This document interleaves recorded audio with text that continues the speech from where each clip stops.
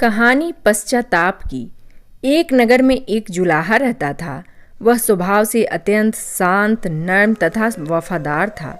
उसे क्रोध कभी आता ही नहीं था। एक बार कुछ लड़कों को शरारत सूझी। वह सब उस जुलाहे के पास पहुंचकर बोले कि देखते हैं इसको गुस्सा आता है या नहीं। उनमें एक लड़का धनवान माता पिता का पुत्र था।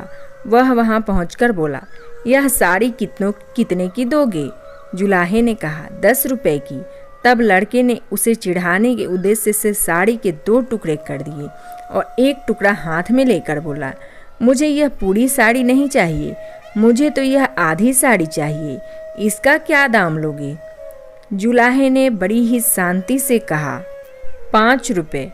लड़के ने उस टुकड़े के भी 2 और भाग किए और फिर दाम पूछा। जुलाहा अब भी शांत था।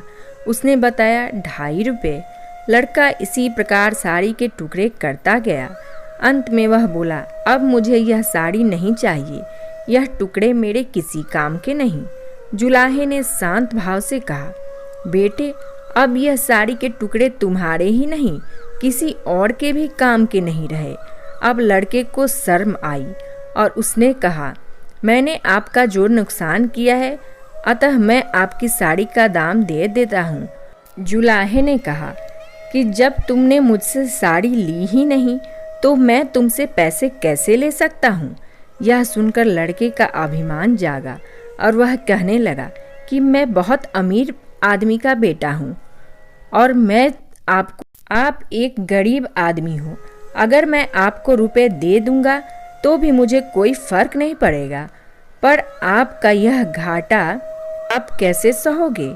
नुकसान मैंने किया है तो घाटा मैं ही पूरी करूंगा। वह जुलाहा मुस्कुराते हुए बोला, तुम यह घाटा पूरा नहीं कर सकते। सोचो, किसान का कितना श्रम लगा जब कपास पैदा हुई। फिर मेरी स्त्री ने अपनी मेहनत से उस कपास को बीना और सूत काता। फिर मैंने उसे रंगा और बुना। इतनी मेहनत तभी सफल होती जब इसे कोई पहनता और इसका उपयोग करता, इससे लाभ उठाता। पर तो इस साड़ी के टुकड़े कर डाले, इसका रुपयों से यह घाटा पूरा नहीं होगा। जुलाहे की आवाज़ में आक्रोश के स्थान पर अत्यंत दया और सौम्यता थी और लड़का शर्म से पानी पानी हो गया। उसकी आंखें भर आई। वह संत जी के पैरों में गिर पड़ा।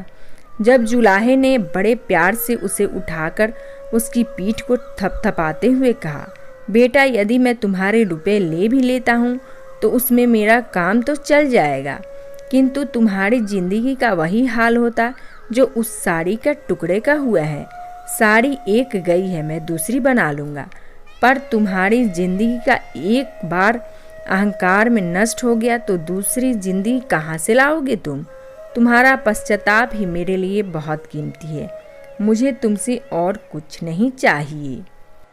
जुलाहे की ऊंची सोच और समझ ने लड़के का जीवन बदल दिया। यह कोई और नहीं, संत कबीर साहब थे। हमारा भी हाल कुछ उस लड़के की तरह है। हमारा मन भी उस लड़के की तरह घमंडी हो गया है।